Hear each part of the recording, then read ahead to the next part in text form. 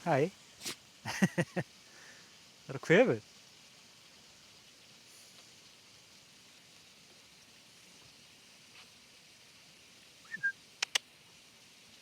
Hvað er? Whoa, did you feel it?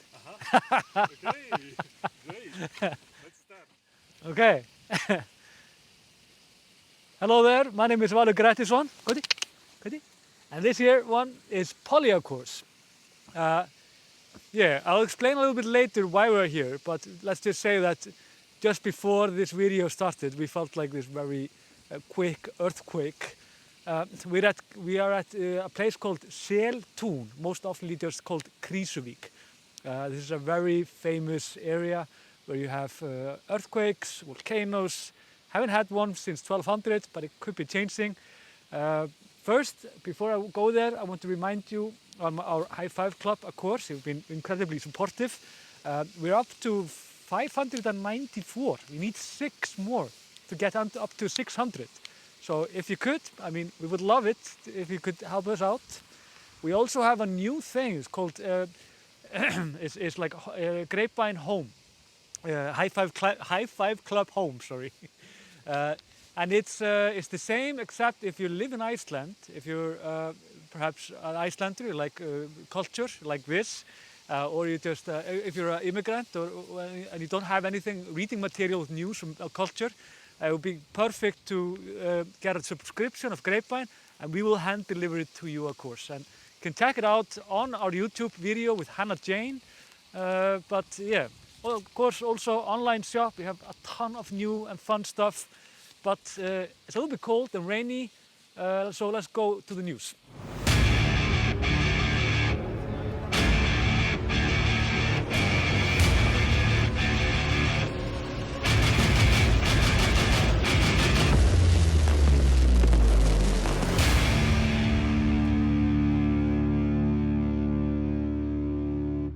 We'll start on COVID. Let's just get that away. It's slowing down. It's official. It's a little bit slower. We had 45 positive COVID diagnosed yesterday. Unfortunately, though, there were only like half of them, less than half of them, in quarantine. I explained this last time. It's not good. We should have more in quarantine. So although we're slowing down, we're going there very slowly, and we don't like that. We want this to happen faster, but I think it's not going to happen. This is something that we have to battle a little bit more or longer, this third wave, which has been very nasty. Also, the numbers at the hospital are quite high, 25 right now, 3 are in intensive care.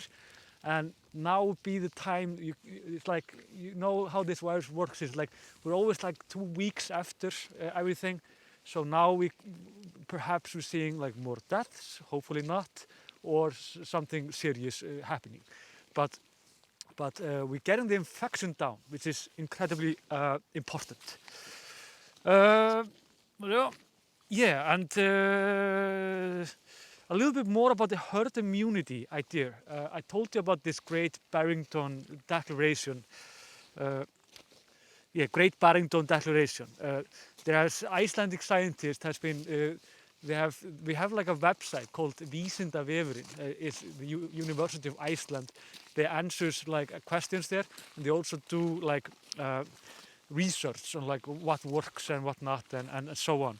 It's a very good website. It's very scientific, and there the newest response there is about this herd immunity. It's from one doctor, Icelandic doctor, and a scientist. And they say, and it's incredibly interesting. They're just saying how how practical is this idea for Icelandic nation? I mean, we are very few. Perhaps we're a good example of how this would work out. They say that 20% of Icelanders are in risk of getting seriously ill, which is quite high number, to be honest. I haven't heard that before. And this means that if you're going for herd immunity, you need to get 60% of the nation to track the virus and be immune about it. So basically, the rest of us would 80% of the rest of us, there is not the 20%, would have to get the virus, which is in short, like, it's not a very practical way to do this. We never know what will happen. We don't even know if there is like a real immunity that will go with the virus, if like it will go out of the body or not. It's basically, we don't have enough data to say that this could work at all. So it's like means that also that they say that if the virus is anything like the other coronaviruses, it has shown that you have to get the virus more often than once to build up an effective immunity system for the virus. Hello. You feel the quake? Yeah. Yeah? It's the second one. It was from yesterday as well, I think. Yeah. That was just like minutes ago. It was also another like one. you were just up there. Yeah, okay.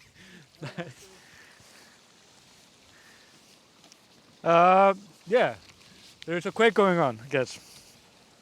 So, it means that if you're getting the virus, you have to perhaps get it more often than once.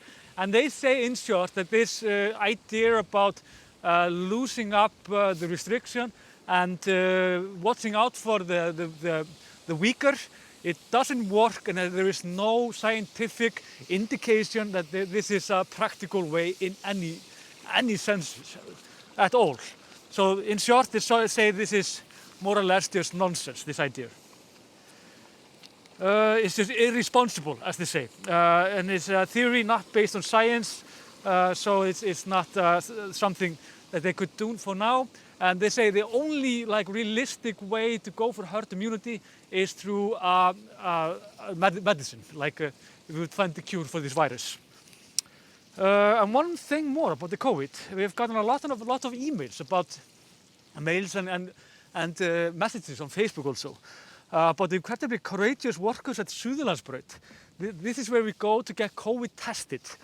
And you have to go for a liner, you have to have these 2 meters and so on. And there are a lot of foreign workers administrating the COVID tests. One reader sent us this message, and I want to read it for you. It's from Andrea Ellen Jones, and I hope she doesn't mind that I'm reading it. And she says, "Hi Grapevine, thanks for all the work. I'm wondering if it's possible to give a shout out to all the workers of foreign origin administrating the COVID tests. When I took a test, it was running, being shipped through like a well-oiled machine. The 6 humans who directed me through the physical process on Suðurlandsbraut were all non-native Icelanders. What a beautiful thing. Let's celebrate this in some ways. These people are so brave." And I say the same. I mean, I absolutely love this. And for us at the Grapevine, just as a shout out, it's very well done. I've heard this also from Icelanders, that this is happening, and it's absolutely wonderful. Basically, goddamn heroes. But why are we here? Yeah, yesterday there was a huge earthquake just a few kilometers away from here. If you see here, like up the hill, it was around 4 kilometers this way. So we're kind of smack middle of this area where there are like earthquakes. It was 5.6 or 7? It was 5.6 on Richter, and it's the biggest one that we have had in this area for 20 years, since 2000. Then we had like a huge earthquake in the south. It was 6.5, and it triggered 2 earthquakes here, and one of them was 5.7, the other one was 5.9. It doesn't go higher than 6 in this area. And let's just say that we felt this very well in Reykjavik, and it was incredibly strong. And we have 2 videos to show you. The first one is of Katrín Jakobsdóttir, our Prime Minister. She was live with Washington Post answering questions when this happened. And the other one is of Helgi Hrafn Gunnarsson. He is an MP for the Pirate Party, and he was at the Parliament holding like a speech when this happened. So just check it out. We'll be back. Hefur hins vegar ekki verið gert af hæstvirtum forsætisráðherra, sennilega hygg ég vegna stjórnarsamstarfsins við Sjálfstæðisflokkinn og Framsókn.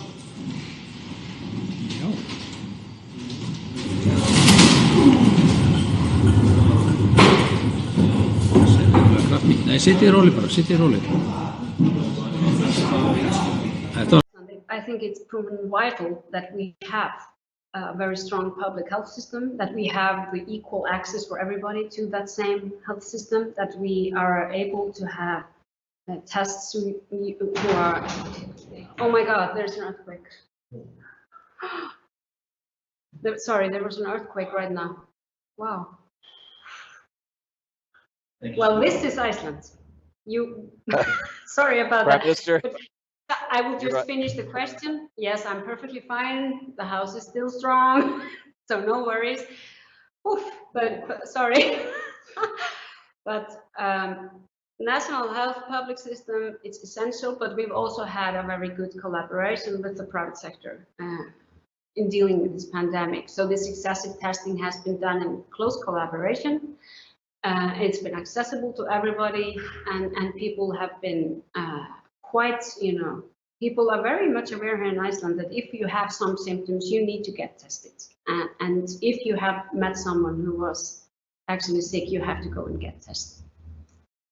Prime Minister, we don't have too many earthquakes on live television, so I'm just going to ask you to explain for our viewers what just happened. You were wonderfully unflappable, but to tell us what was going on with the noise and sudden shaking. What were you experiencing there? Well, obviously there has been an earthquake, and obviously I would guess that it was pretty close to Reykjavik. I'm sitting in my office, and it was quite, often you get earthquakes in Iceland and you don't even feel them, but this was big. So I'm just waiting for the news to come. So, but we have experienced this, and we are all taught when you're children that if there is an earthquake, you go under the table, but it seems to have been just one earthquake, but it was quite big. Thank you. Thank you for not going under the table, but you have our permission if there's another quake to protect yourself. So, Helge's reaction is, of course, hilarious. Also, Katrin, they're both understandable. They're very typical for Icelanders, for Iceland at least. Perhaps not Helge that much, but for Katrin, for example, it's hilarious. She feels the earthquake. She's like, well, that's Iceland, and then she just goes on with the questions, which is, it's just business as usual, of course. But it was very strong, and as you can see with Helgi Hrafn, he just panics. It's hilarious. And he is basically, people are giving him a hard time on Twitter about this. And I don't know, understandably so, but why he ran away was not, he was not just running out of the house. When we were smaller, like when we were kids, we were taught to go like in the doorway, straight there, because that's it used to be the strongest part of the house.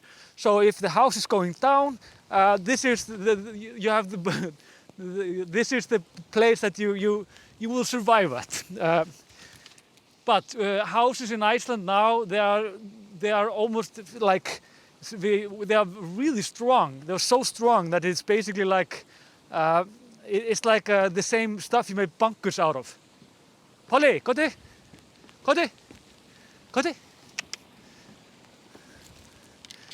And it's supposed to, like, you can be in this house in like earthquakes up to 8 on Richter. So it's like, it's not like, the only moment that you are in danger is if you are like running and you get something on your head. But yeah, the earthquake itself was 5.6 on Richter, and it was just before 2 o'clock yesterday. The biggest one since 2000, and it was felt all around the country also. It was 6 kilometers west from here. Yes, sorry, 6 kilometers, not 4 like I said before. And there have been like up to 2,000 aftershocks. The biggest one were like 4.2, which is quite strong, but it's nothing compared to 5.6. And I don't know if you know this, but like on Richter scale, like every point is like 0.1 point is like magnified by like 100 or something like that.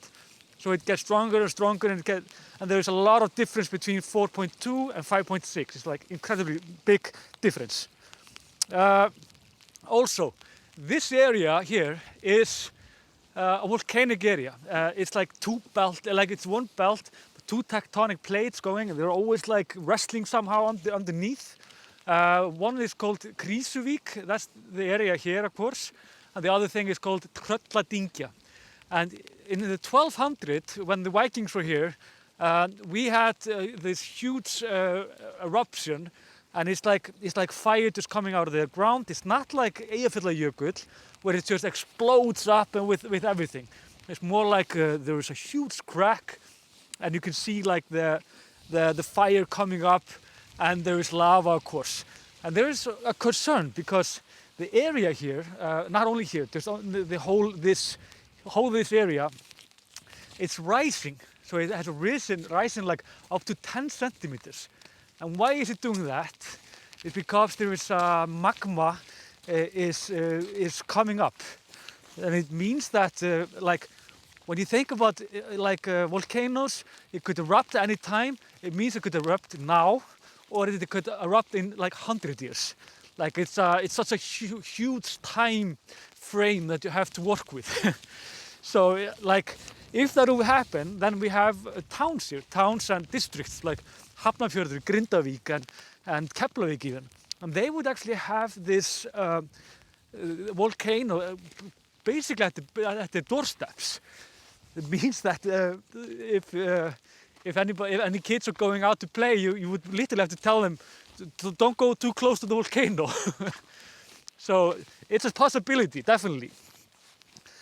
So what's happening now is that we're still like, there is no indication that this earthquake is a part of a volcano. But what we do know is that if you go look at this place here, it starts there and it goes all the way east. And you remember the video I showed you last time. It's a travel video, sorry, not newscast. And it's about Hengillin. That's the area. Like when it goes there, the next earthquake could be up to 6.5. And that could destroy things, not houses, but it could cracks. It could be cracks in houses, even the ground, and so on. So yeah, so we are here. We already felt one earthquake. It was a deep one. It was like boof. It was really weird. You can imagine yesterday. Then it could have been like it was incredibly strong. There are people in this area, they couldn't even stand while it was going over. There's a school here, I think it's called a school. And there are cracks in the walls there, but they're small cracks. Nothing is, like stuff are broken, but there's nothing, nobody is hurt or anything. So it's, yeah, it's still going on. So yeah, it's still going on. It could be, it could get worse, like it could be stronger. But keep in mind, like earthquakes in Iceland are very common. We are feeling them all the time in some ways or another.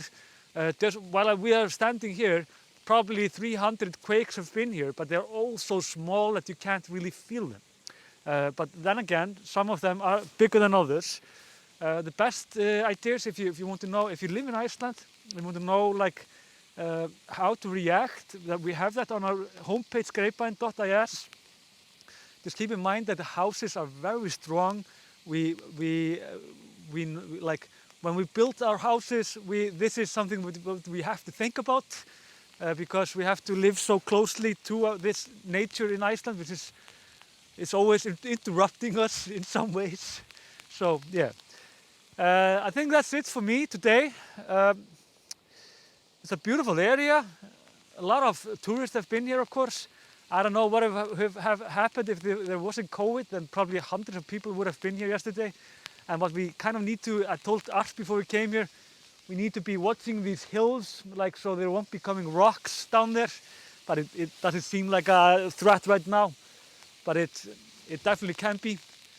So yeah, just remember our clubs, remember our homepage, greatbarrington.is, and thank you for watching. Good. Hey.